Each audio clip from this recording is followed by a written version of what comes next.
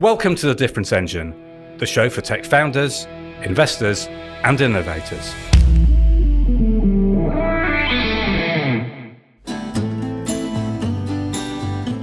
Welcome to The Difference Engine and a series of interviews of European tech leaders brought to you in association with Boardwave.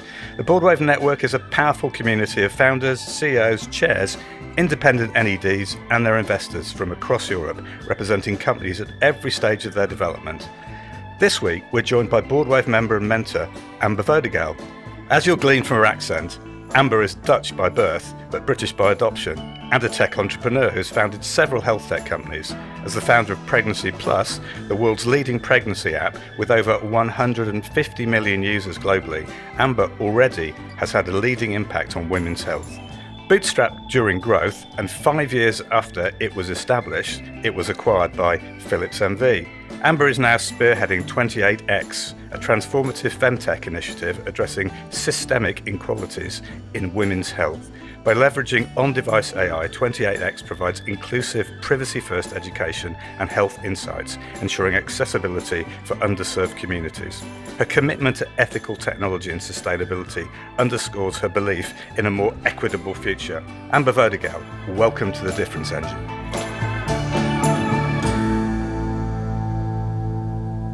Can you talk us through your early years growing up in the Netherlands and why we're so lucky as to have you over here maybe, and just the initial part of your career and entrepreneurial activity? Sure. Well, thank you for having me. I indeed grew up in Holland, hence my funny accent.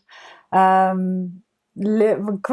parents came from Leiden and Amsterdam, which are large cities in the Netherlands, and they thought it was a good idea to move to the countryside in the 70s.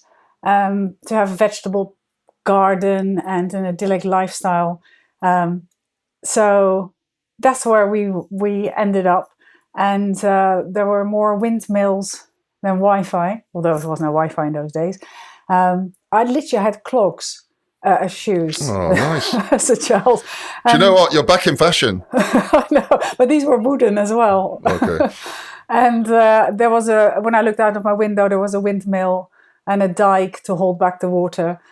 Was there a little boy with a finger in it as well? No, there wasn't. But we did. I do remember that in those days, if you would shoot a rat, one of those big rats, you would get 2 guilders from the local council because these rats would destroy the dikes. And it was very dangerous. So I don't think there's any rats left because they were very keen on getting the 2 quid. You should take those skills up to Birmingham. They have a rat problem right now. They could probably use. So it was lovely because I could cycle to school. It was very safe. It was a little bit more Calvinistic, I think, than my parents had envisioned, because everyone thinks, Holland is this amazing, cool, trendy place, which Amsterdam surely is. But as soon as you go outside of Amsterdam, it's quite Calvinistic and it's a little bit less cool than people often think. And the school is very small, so my class size was 8 children. And the class one higher up had 1 child in it. So we had 3 classes combined in 1 classroom with a teacher. That was like how small that world was that I grew up in, but very safe and very creative. And that was you pay a lot for that sort of class size these days. Yeah, but I missed it. And everyone in my class had blonde hair and blue eyes and was either called Maria or Esther. So I felt almost like an outsider. This was a very idyllic countryside upbringing. But, from previous conversations, we understood that the prospect of entrepreneurialism just started to enter your head in your early teens. I think it's partly in the family a little bit, although my parents weren't entrepreneurs. But my grandfather used to set up shoe factories all over the world. So they traveled a bit as a family. They lived in Indonesia, they lived in Baghdad, in Iraq, in the days where it was a beautiful country. So we had quite an international feel to the family because they traveled in the family a bit because they were expats basically when they were younger. So my childhood was absolutely fascinating the first 10 years. After that, my dad had meningitis and he had a road accident, got hospitalized. Later, a divorce followed. And then we started living with my mum, and we ended up in a council house. So my life changed quite a bit, from no worries at all to having two parents with difficulties. And as a result, of course, because we didn't have any money all of a sudden, because my mum had to look after us, my privileges were also ended. So I used to have horse riding lessons, and those were not on the table anymore. Neither was my magazine subscriptions and whatever, which was okay. It wasn't too bad, but it was a difference. But I just felt like, okay, so that's fine. I can't have lessons, but let's find out if there's someone in the village then who has a horse that I can ride. So I ended up finding this couple that had two horses, but they were entrepreneurs and they were working all the time. And they didn't have children. And I rang the doorbell saying, "Hi, it's me. I live like a mile away and I would love to look after your horses." And they said, "Sure, come in." And they really kind of welcomed me, which was incredible. And they were really cool entrepreneurs. They had this amazing fashion warehouse in Holland and a big store as well. And they would travel to Paris and Germany for all the big fashion shows. And yes, I would ride their horses, but they also kind of adopted me as like a second child. Oh, wow. And hanging out with them and just seeing how they made these deals and how they would buy the stock for the stores, etc., was really inspirational to see. So I always say, if you want to be an entrepreneur, hang out with entrepreneurs. That's a genius. Okay, that's our first lesson right there. I love it. So let's move forward quite a few years. You had some early jobs and so on, but there was a point when you turned your gaze to a really big category opportunity that existed in serving the female part of the population, a radical idea at the time. And that led to the founding of Health and Parenting back in 2012. Talk us through that and how you got that into the marketplace and how you had the idea in the first place. Cool. So yeah, at the time I was working in advertising, and again, the owner of that advertising agency was an amazing entrepreneur, someone who was kicked out of school at 16 and built everything from scratch. And he encouraged everyone working for him to set up their own companies as well on the side. And lots of people who work there now have their own agencies or companies. And so I was quite eager to do something, and I had a friend at the time who wanted to do something with me, and I said, let's explore what we can do together. And I read an article on the launch of the App Store, 2008, and at the time everyone thought this was going to be a gimmick. I mean, apps were nothing and websites were the cool thing. Yeah, and we were all happy with our Blackberries. Forget websites and forget app stores. We didn't need those. No, but I just felt like I went into, I think the App Store launch, I looked in and I typed some keywords, like random keywords like Ferrari, and there was like no result, nothing. It just says no apps available. And I thought, oh, this is like one big free playing space that we can enter. And so we thought about doing diet apps, or I knew I didn't want to do games because games quickly got crowded, and I thought that is very difficult to enter. But I thought maybe a diet app or whatever. And then, but that was complicated as well. And then I found this desktop widgets. In the old days, you had desktop widgets, and there was a list published on the web of the most profitable desktop widgets. And number 1 was Super Mario, number 2 was Hangman. Weather apps were in the top. Number 7 was a pregnancy app, a pregnancy widget, sorry. And I thought, why is that so profitable? And then I thought, of course, you see that in magazines as well, where you go to the supermarket, you see the pillars that sell well, that are evergreen, that are always, there's always people getting pregnant, always people buying boats, always people doing up their houses. That's why these are evergreen markets. And I thought it's not that competitive. And my sister is a gynecologist, my brother's a psychiatrist, so we're all a bit in health in the family in this generation. And so I thought, let's do a pregnancy app. I wasn't pregnant myself. I just thought it would be a cool evergreen space. Set up the first company with a friend, was successful. We had like 10,000 installs, but never work with friends. That's lesson 2. Doesn't work. Okay. All right, Sorry, Paul, Jonathan. It's over. man. It's over. Right, we're packing up now and going home. That's it. Then I did it again. So same product, but learned from the first one. Then I read a book about selling a company. I had no idea like how this world worked. And it talked about data rooms and how you have to prepare all your legal stuff. And I thought, oh dear, I haven't thought of any of that. So then I did a third company. The second company did about 100,000 installs. So not bad. And then the third one was in 2012, which is health and parenting with few apps underneath. And one was Pregnancy Plus, and that has 150 million users to date. I set that company up because I knew I wanted to exit it one day. So I did everything right from the start. And I really enjoyed the journey. So there's a little lesson there too, which is, don't assume that the first company you set up is going to be the one that ultimately breaks through. And you can learn a lot by setting up a succession of companies, which prepares you for the big one where you really make it. It's actually a good point, because now a lot of the time you see that people bolt on new solutions to old products or companies. It's better sometimes to start from scratch. Totally. You see all these tech companies now bolting on AI. I once give the analogy, like you have the three little pigs with their houses, and the first pig built his house of straw, but AI is like someone passing by your house, which is a straw house, with a wheelbarrow full of bricks. And then you're like, really like those bricks. And then rather than just saying, you know what, destroy the straw house, build a new one, people try to build the bricks on top of the straw house. And that's a really bad idea. One of the things which struck us when we talked before is that you famously bootstrapped Pregnancy Plus. So how did you survive in those early days? And talk us through why you did that rather than seeking external funds and going for a very, very rapid build. Well, there's a cool and there's an honest answer. The honest answer is I didn't know VC money existed. I had £15,000 when I started the company, reserved to start this company.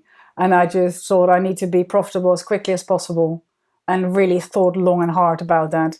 I also thought I can't afford marketing, so how can we find other ways to get the app to number one, which takes just a lot of thinking work and looking at algorithms. So you become super creative when you have no money. And then I just earned money, put it back in the company, earned some more, put it back in. I did it pretty old school because I didn't know that at the time you could just walk into a VC and pitch your ideas. And still you decided to go with a new, once you had a bit of success, as you said, you fed it back in, and you're known for the Pregnancy Plus app, and you experimented with all of these other things, like you just couldn't stop. Why is that? You have these companies like Unilever and Procter & Gamble. They have several shampoos and several like dishwasher tablets. So I thought I'd just make more of the same, and then they could live next to each other. But because my apps kind of were so high quality compared to the rest, I was actually eating into my own companies. So what do you think it was that made Pregnancy Plus so successful and the category definer? What was it that was special about that particular app? Yeah, a few things. We didn't have advertising in the app because I just didn't like it myself. So Baby Center, What to Expect, they just had all these advertising models because they copied what they had on web. Right. And I also thought a lot about, I was obsessed about users and how they would feel. So I thought if you have an app and you immediately get hit by a paywall or advertisement, you would just leave. So we will make everything free for the first 3 months, because I also felt if women had a miscarriage, it's pretty awful if you paid for a subscription and then you have the subscription going. So we thought, let them get through the first 3 months. If that's successful, let's celebrate. And then if they really like the app, they will probably pay $4.99. But you were pretty obsessive about the customer in those early days. You sort of personally read all the customer responses and so on. I did. Yeah, I think if you're launching a business, the only way forward is to obsess over customers. And if you don't personally feel the pain, if someone emails you saying, I logged into my app, I had a full diary, and now I lost the diary, where's my data gone? Which is an awful event to happen if you're an app developer.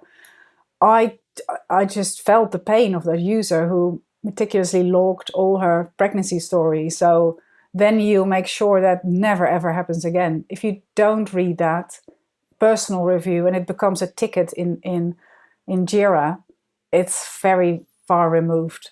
But you built around belief. I mean, you didn't really build around product market fit, did you? I think you built an unshakable belief that what you were doing was helping people, and the customer feedback was reassuring that what you were doing was helping them. Yeah, no, if you build more of the same, product market fit is a really good idea to have a look at that. If you want to do something different, like we try to do, like really cool interfaces and a different way of getting women to learn about their pregnancy in those 280 days, then you almost, product market fit doesn't really make sense. Because if you look at the iPhone, when Steve Jobs launched the iPhone in 2008, iPhone 3, people were angry. Like, why would you type on glass? I think if he did a user study at the time, then people would have said, no, give me those buttons from the BlackBerry back, please. Once it's out there, people actually really like these new inventions. So it depends a little bit what you want to do. If you want to just do another of the same, then look at the market fit and see if you can tweak it slightly. If you want to do something that's radically different, then really imagine yourself from the other side, build an amazing product, and revisit the space, and be ethical as well.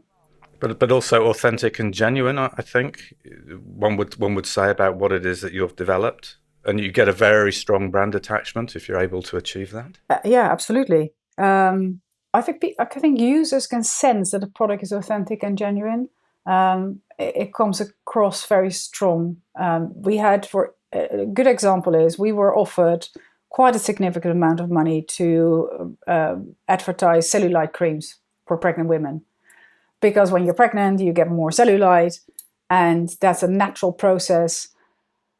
And I think if you're VC backed, it's really hard to say no to those deals. But because we didn't have it, we could be very ethical, because there's no cream that will fix cellulite in pregnancy. It costs 80 quid. I think pregnant women can use it on something else. And I also think it's the wrong message, because you're basically saying your look is not great. Here's a cream, where you can also say you're preparing for life, which is amazing. Enjoy it. And your body will go back or not. It doesn't really matter. Just walk a bit more, drink a bit more water, and enjoy this time. I think that, so we were able to hold off of those partnerships. The same was in the content that we wrote. In the end, as a user, you feel if someone's genuine on the other side, or if they're trying to sell you something. And the whole world is about selling stuff, and people are fed up. Yeah, and I think the content's easier to be honest when it's real writers and you're all one team and you share the same ethics, versus these days AI will be writing a lot of that content. So it's probably got a lot worse. Even so, 5 years after founding, Health and Parenting, you exited to Philips, which is a company we all admire. Just such a great champion. It is. Such a great champion for your country of birth.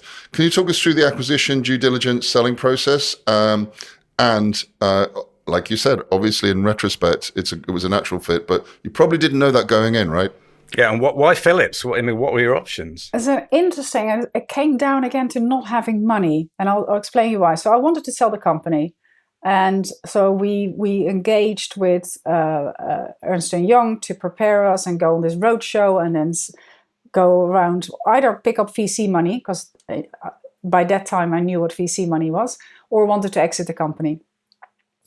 And but in order to get to the stage, I thought we should maybe onboard some serious sponsors to the app. So I hired someone for £400 a day, not that much, but if you have to pay it yourself, you feel different about that. And she was going to make appointments with sponsors. And after week 1, there was no appointments. Week 2, there was no appointments. So I got pretty annoyed. But I didn't say that. She was off on a Monday, and I thought, if she hasn't got any appointments by the end of this week, I'm going to call myself on Monday just to show that is not that difficult to get appointments. So it was Monday morning and no appointments yet. So I looked in my LinkedIn, who's the most senior person I know that has a good fit with our brand. And I came across Philips, and I emailed head of the department that deals with mother and child care and all the breast pumps and bottles and soothers that Philips makes and baby monitors. And I sent him a message saying, we've got an amazing product, Pregnancy Plus, and I would love to talk to you. When can we schedule coffee? And he replied within a half an hour and he said, can you come on Friday? Would be great to meet you. I don't think he realized that I was actually in England. So I took a flight, flew to Philips, and there I was sitting in reception and a marketing lady, she welcomed me. And I thought, oh, there we go. We go to the marketing department and this is like this endless journey. And I was grateful to have this appointment. And then we went to the 20th floor. And in this room was a whole delegation of people nice. from M&A saying, have you got a presentation? We'd love to know what you've done. And so I presented Brilliant. there. And he said, well, this sponsorship we can always do, but how about an acquisition? And I said, well, if you want to acquire us, you have to be quick because we're just setting up this whole roadshow with EY. So you've got 6 months. And he said, well, I think we can do that. And 6 months later, it was indeed sold. I remember calling the team saying, I think I've sold the company. We've done it. And they were like, oh, it's you again with your over-enthusiasm. Like, why would Philips buy us now at this stage? But they did. You know, Philips is a famously mature and very Dutch organisation. Indeed, I think both Paul and I have experience of working with it and some of the scars to prove it. But ultimately, you sold a very fast-moving femtech producing company to a very large, relatively slow-moving electronics company. And stayed at the firm during an earn-out. So what was that like? And what would be your advice to founders deciding to sell to a much bigger and more mature organization? My advice would be don't focus on the money when you make that deal. Focus on everything else around it. The money is a really easy conversation. You either agree on the amount or you don't. What you should be focusing on is how those years afterwards are going to look for you and for the team. And we were very lucky that Philips was experienced and the team at EY was really good at making a contract that had also non-financial terms in it. So that combination was unique. For Philips, they have integrations and acquisitions that don't end as successful as we did. So for them, it was also a really good case of building it. So the things we did was we had an integration manager. So one of the annoying things as a startup ending up in a big company is that you have to do all your HR work on Workday, which is difficult to learn. And there's all these forms that you need to fill in. And then you'll have Sage or all these complex finance systems. So we had finance in Xero, which was super easy to use. And my HR reviews were like coffee talks on a bit of paper. So I hated moving into Philips and doing all that and being super distracted. My budgets, there's such a complicated process within Philips to declare your budgets every year and get it signed off. And this integration manager was like a super great person that knew Philips and was at Philips like over 10 years. And he would do all that. So I would literally hand in my spreadsheet and then he would put it into the Philips systems. Or I would say, this is the summary of the chat I had with this customer service person. And then he would enter it in Workday. So we didn't have to do any of those processes. And I had years of slowly integrating.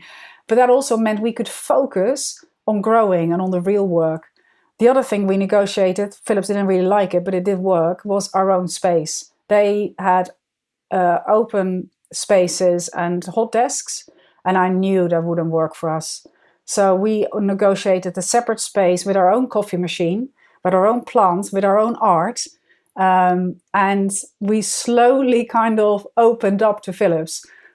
because you don't want from day one Philips posters all around you. You're not Philips yet. Yeah, I know. That has to come over time. I have experience of that from being bought by HP, and it wasn't like that. And I think what you're saying there is really sounds subtle, but it's very important. And we negotiated, well, it didn't really work, but I made sure it worked in the end. Fast internet speed. Like, I knew our programmers wanted like 100 megabytes, like at least. I think Philips UK was on 25. So I had to push that through, because these are things that people run away if they're used to the startup culture and then they move in there. A culture is a culture. Now, speaking of timing, where do you feel you were at the time that you made that deal in the growth of the category that you were in? So, were you sort of like, was it a long way to go? Were you near the peak? Were you just starting off? What would you feel about where you were in the category journey for your products? We still had a lot of growth to go. So some people say, oh, you sold too early. You could have stayed late. Hey, you could have held on longer. How do you know? Exactly. We were in 100 countries. We were number one in most countries, but the product needed more development at the time. And also it's incredibly complex to be legally compliant in over 100 countries, especially when it comes to health tech. So for me, it felt almost like it was time to team up with a larger team, because it's super complex. And Philips, of course, had all that expertise in-house, but they were also able to open doors, for example, with Medicaid in the US. Something is really hard to do as a startup, but they have all these foundations. So it was time to sell, because it got too complex. And we grew by 400% in user numbers the years after. Can I add one more thing? Because it's so important. People have all these financial metrics that they need to hit when they do their earnout, which gets super, life changes, and AI changes everything. So you might want to take a different course, but because you're tied into these financial metrics that you have to hit and these numbers, sometimes you are tied into a process of 3 years that you don't want to stay in. And EY was really good by saying, let's focus on user numbers and on engagement, but also on things like knowledge transfer to the Philips team. So we helped Philips a lot with their own apps. So they had nothing to do with our product, but it was all about integration. And that made it much more pleasant to do those 3 years, and much more dynamic and flexible, because we actually, I think what we said we would do and to what we did, there were totally different modules that we developed. And I'm glad we had that freedom.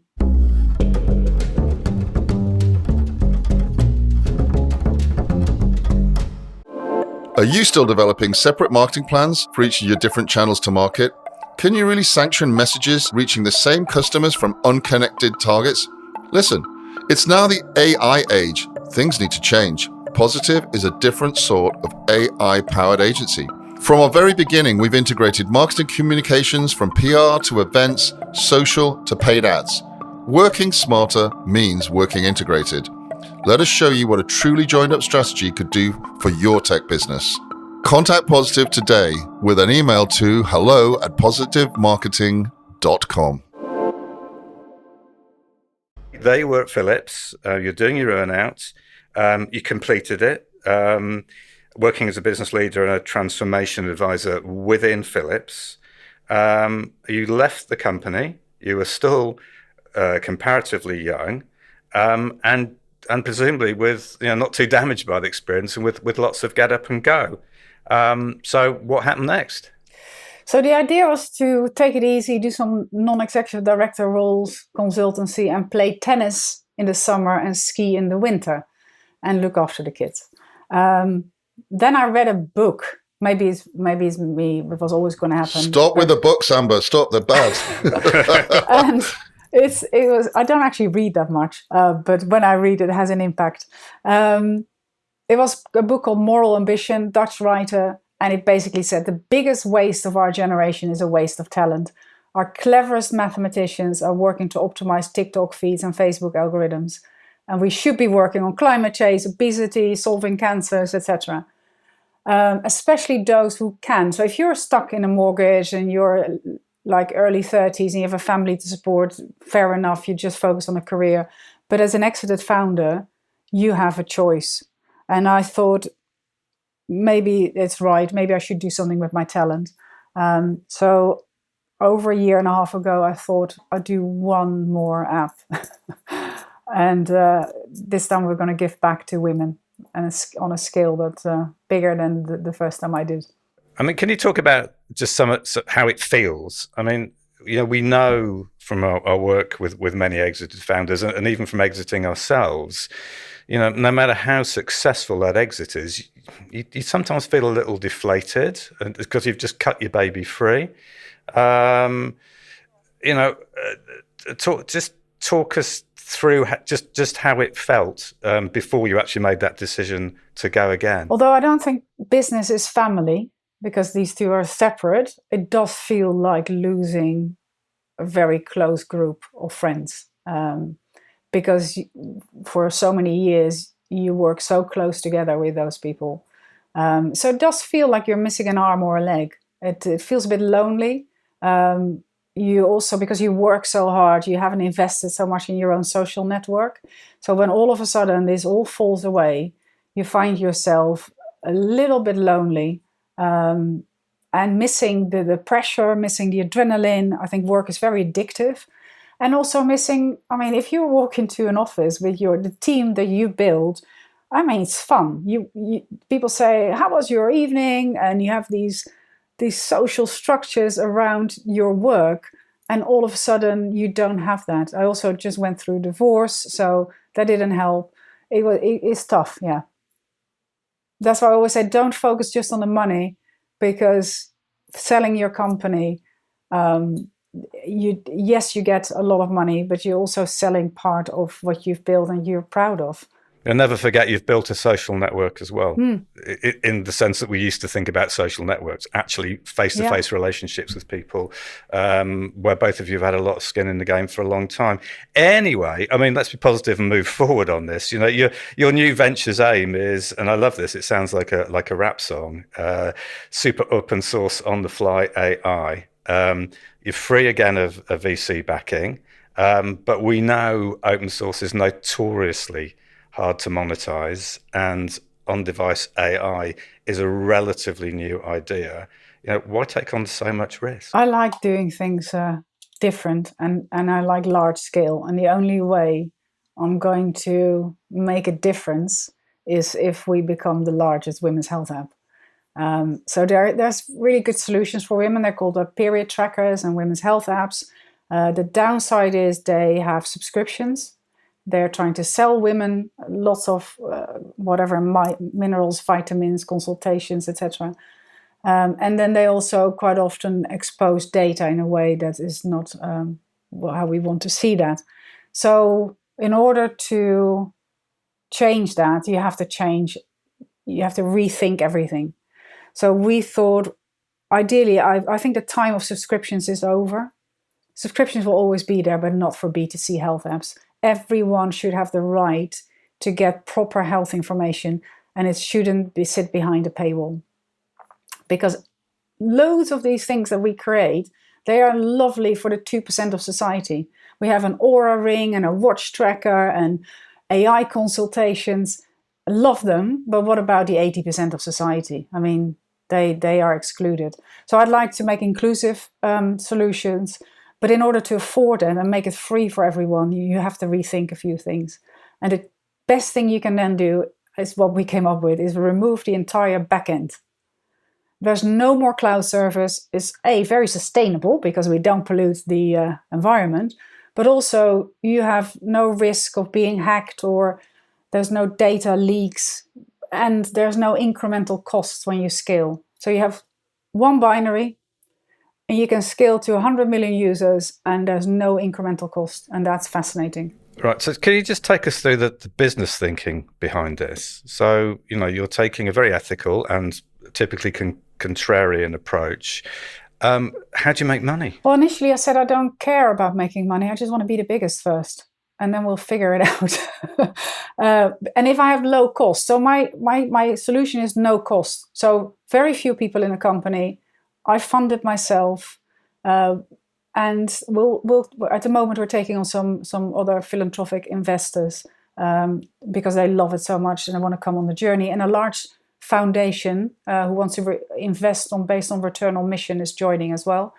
But we want to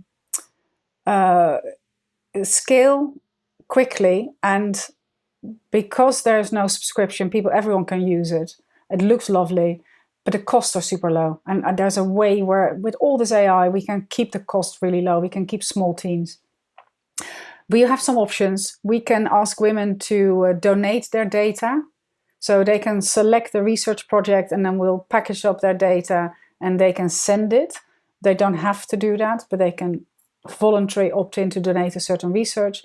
We will look to do a stem cell donation from menstrual blood. Women can earn between 15 and 80 pounds a month if they donate some of their menstrual blood for research. They will send them a cup, they pour it into a test tube and send it to the lab, and they get paid every month. There's ways where we can order contraception through the apps that we offer. And then there's a very cool feature, a bit like Snapchat, where you have the AR lenses. Too difficult to explain in a podcast, but we have brands who want to sponsor it. Because once you get to a certain size, you can get very cool sponsorships, but they are more just like Snapchat, where you have these cool lenses. You add a fun element. It has nothing to do with menstrual health or women's health. All that is free. Everyone can use every tracker, every symptom logs, every analysis they need. But if you want to customize certain elements, just like in Fortnite and Roblox, you have different skins, we can do the same. And we've got some really cool tech. Even what you're saying, even all of that innovation, that does sound like creating a new category to me. The only difference between a lot of the apps that, for instance, Meta bought were that they couldn't get there with the innovation. There was, Snap, as you mentioned, has some interesting stuff, Fortnite, etc. So, the fact that you're innovating around the model and breaking away from what's there already definitely sounds like you're developing a new type of free at the point of use charge app. So can we conclude that you're not right now structuring for any sort of exit? It's experimentation time, it's grow the category time. Would that be the correct way to think about it right now? Yes, because we can have amazing, we will be very profitable if I look at the model, how we set it up. So we will pay investors, probably, the company's called 28x. We probably pay them back 28x. That's my goal. That'd be nice. But ideally, we keep generating profits that we then reinvest in women. So I actually asked the individuals that invest in our company, are you okay to make some sort of pledge that when I pay you back 5x, so you put 50K in, I'll pay you back 250. But after that, let's put that money together, including me, I've made a pledge, into a pot like a foundation. And then with that money, which could be over 30 million a year, we're going to then back other female founders. We're going to fund period poverty initiatives, healthcare research. And I'd love to do that for the next 20 years. So yes, you can do an IPO. Yes, you can do an impact acquisition. But if we can make good dividends, so let's say we can continue making 30 million a year in profits, I'd like to reinvest that, because there's no individual that needs that kind of money. So I made a pledge that majority of all profits will be returned back. And I'd love to put that on the website, so the users can also see which women we backed and which initiatives we backed, because I think it's great to see that these companies exist. And also, in the old days, you would build companies for your grandchildren. Nowadays, everyone wants to exit. What's that about? I mean, I'd love this company to have my children working in it, and if they don't, that's fine too. But I'd like to set something up for the next generations. I also like to keep this here in the UK if possible. We'd love you to. Please do. So what we're seeing there is almost a new definition of the circular economy and how to do it. And you are currently demonstrating, and everybody should watch this very carefully, that it is actually possible to combine big scale with big ethics. Absolutely. It's called ethical technology. And to be honest, with on-device AI, this is something that we, for the first time, can do. So there is this, Google's going to make a massive announcement, I think, in the next 20 days. It's all coming. And on-device AI is fascinating. There are tiny language models on-device that can do 200 languages. Maybe not now, but just think 2-3 years forward. And you can read about any topic within an app without anyone knowing about it. And that's quite powerful, because in the future, AI will do our pre-recruitment for jobs. So who's going to get the job? The woman who's looking to get pregnant, or the one who isn't? And who will get the better health insurance? The guy who looked at articles on testicular cancer, or the one who didn't? So healthcare needs to be protected.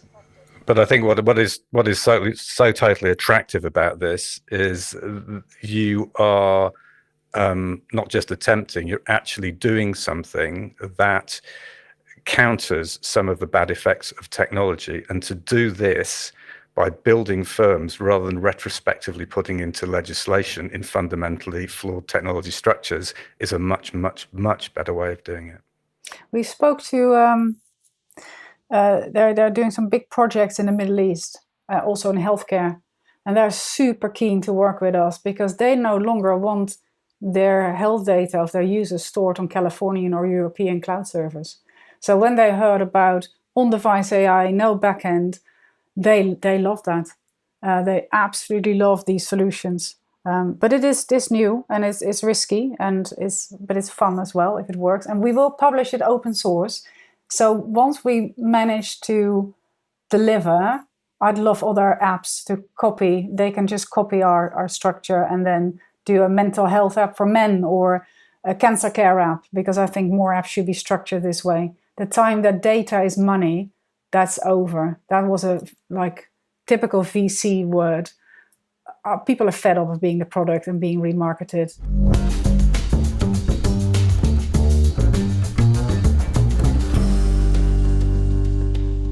We want to go on to our next little segment in this week's podcast, and it's what we call 5-Minute Mentor. Given your career working for yourself, building category-defining apps, what advice would you give to anyone, male or female, trying to navigate a path through and take advantage of rapidly shifting sands of tech? A few things. Money kills creativity. So money is nice, but don't have too much of it. Then the world is changing, so you will need to adapt really quick. Adaptability is the only way to survive, and network. So I would definitely say to people, just make sure you have 2 or 3 calls a day with people you meet, and then ask them to introduce you to other people, and pitch your idea, refine it. I pitched my idea to over 300 people last year. I had 6-7 calls a day, just because I wanted to know, am I doing the right thing? And I constantly asked, what do you think is wrong with this? Because I was investing my own money. So I was really keen to get feedback.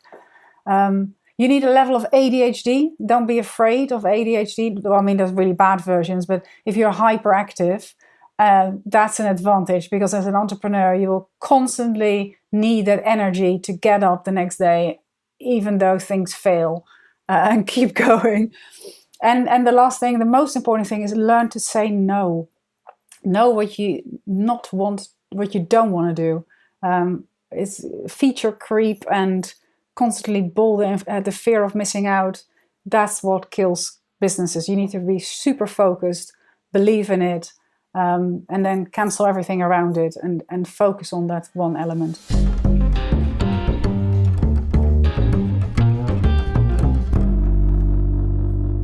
This is the part of the show we ask our guests what has been annoying them specifically in their work life. We can't help with family and friends, obviously, but we can talk about work life and what is grinding your gears. So Amber, what has been grinding your gears recently? Interesting question. Short term, I think that's my what I'm annoyed about. The way our governments are set up. I mean, they are functioning for a few years and then they're on to the next election. Nobody is thinking long term. We all saw how Norway made excellent long-term decisions. We could have done the same.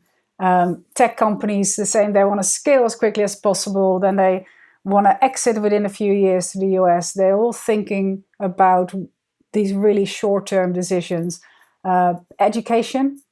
We educate for a GCSE exam or to get into a certain university, but everything we teach our children now is probably useless in 10 years ahead.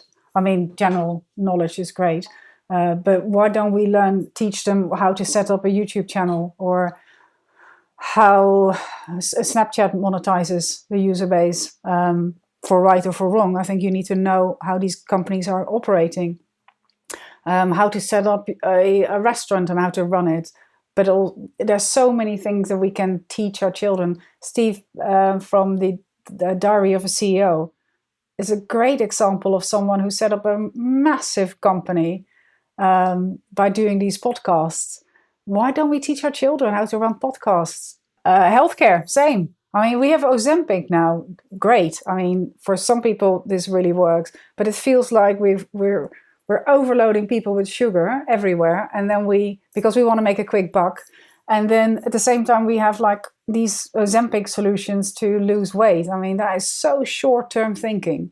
So I'm really get obsessed about the stupidity of short-term thinking. So do you have any sort of 1, 2, 3 things that you think should be done in the general economy to try and move past the short-term thinking? Oh yeah, no VAT on fruit and vegetables and all healthy things, and everything that has 50% or more sugar gets 400% taxed. Very simple. That makes it really easy for everyone to understand. Ideally, I have supermarket aisles where you have a green, an orange, and a red aisle. In the green aisle, everything is safe. It's good for you. Yeah, might be boring. The orange aisle is like slightly more interesting for lots of people, but it's not great. And the red aisle, you should be over 18. And you can only buy 3 items. And maybe the shopping trolley goes faster through the red aisles and slower through the green ones. I like it. Very good. And then education. I mean, that can be. I think AI can do a great job in educating more personally, but we also need to rethink what we're teaching our children. We know we teach them everything about Henry VIII, but first aid, like what do you do when someone hurts themselves? They have no idea. So I think we can just revisit I love that my son knows all the wives of Henry VIII, but it's really not that important anymore.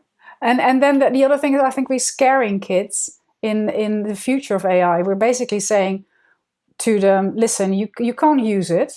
You're not allowed to use it. So it's really bad, AI. And it will take away all your jobs in the future. So these kids grow up with the word AI is a dirty word. It's like you're not allowed to use it and it will replace you. Whereas we should be saying to them, listen, this is a great tool. It's not that intelligent. And we still need humans. We just don't know how the future will look. But there will be a job for you. But you need to be flexible because we don't know what's that going to look like.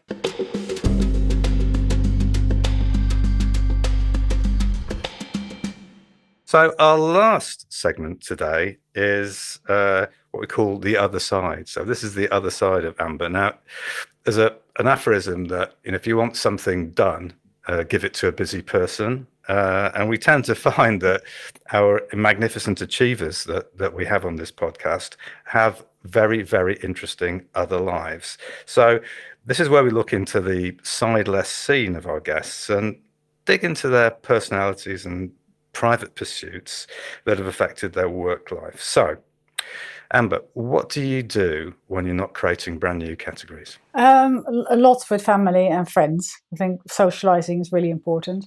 But the other thing I like to do is write kids' books, because it almost feels like I use a different part of my brain. Because in that world, when I write children's books, everything is allowed. Like, it's fantasy in the end. So there's no rules. I can be creative. And I don't care if anyone likes it or not, because I'm not publishing them.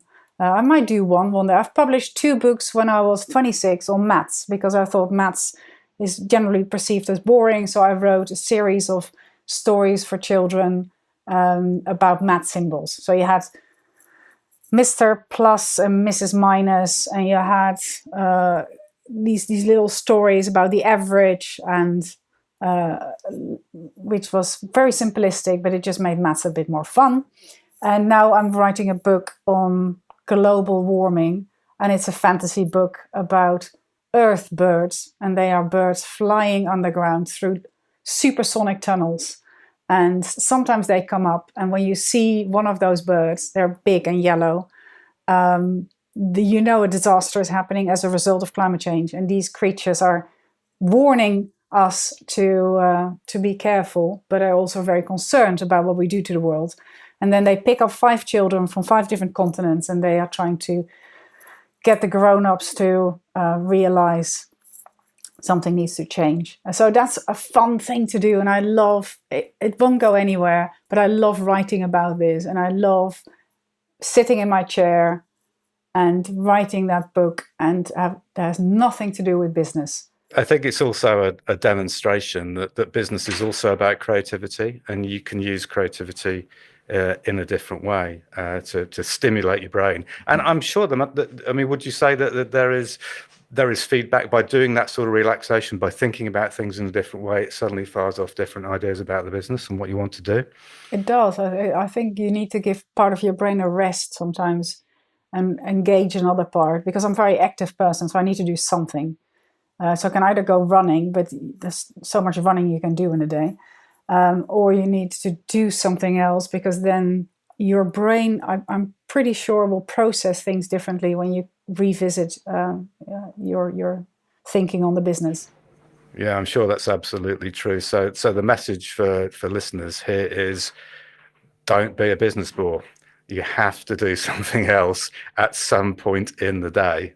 Be fun, have fun. Be fun. It will make you a better business person. It will make you more creative. It will More make relaxed. you more innovative, and a nicer person to be around, I suspect. True. Thank you so much for being with us today, Amber. It's been an absolutely fascinating episode, and we wish you every success in your ventures going forward. Thank you so much. Thank you for having me. Thank you for listening. If you want to learn more about category design, head to becategorical.com. If you need help designing and dominating your category, then get in touch. Contact details are in the show notes.